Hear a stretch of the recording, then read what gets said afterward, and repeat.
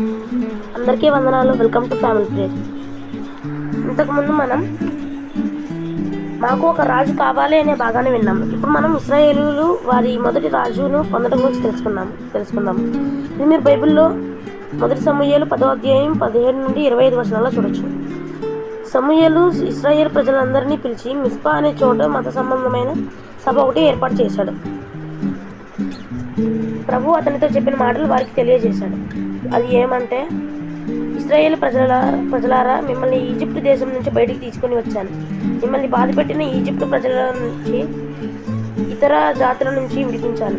నేనే మీ ప్రభువుని. మిమ్మల్ని అన్ని బాధల్లో నుంచి కాపాడింది నేనే.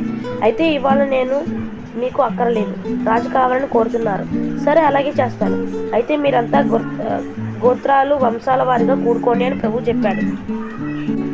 సమూయేలు ఒక్కొక్క గోత్రం వారిని ముందుకు రమ్మని పిలిచాడు. అప్పుడు బెన్యామీను గోత్రాన్ని ప్రభు ఎంపిక చేశాడు. ఆ గోత్రాల వారిని వారి కుటుంబాల వారిగా ముందుకు రమ్మన్నాడు. అప్పుడు మత్రి కుటుంబాన్ని ఎన్నుకున్నాడు. ఆ మత్రి కుటుంబంలో నుంచి కీషు కుమారుడైన సౌలుని ఎన్నుకున్నాడు. అయితే ప్రజలు అతన్ని వెతికారు, కానీ అతడు కనబడలేదు. అప్పుడు వారు ప్రభువుతో, ఇంకా ఎవరైనా ఉన్నారా అని అడిగారు. అందుకు ప్రభు, సౌలు సామాన్ల మధ్య దాక్కున్నాడు, అతను రావాలి అన్నాడు. వారు పరిగెత్తుకుని పోయి సామాన్ల మధ్య దాక్కున్న సౌలును వారి ముందుకు తీసుకుని వచ్చారు.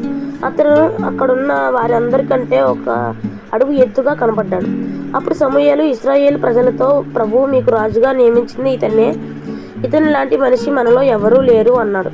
అప్పుడు ప్రజలందరూ, రాజు చాలా కాలం జీవించాలి అని గట్టిగా కేకలు వేశారు.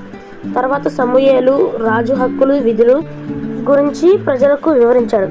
అవన్నీ ఓ పుస్తకంలో రాశాడు. దాన్ని ఒక పవిత్ర స్థలంలో భద్రం చేశాడు. ఆ తర్వాత ప్రజలందరినీ వారి ఇళ్లకు పంపాడు. ఈరోజు మనం ఇశ్రాయేలు వారి మొదటి రాజును పొందడం గురించి తెలుసుకున్నాము. రేపు గొప్ప మొత్తం రూతు గురించి తెలుసుకుందాం. Praise the lord.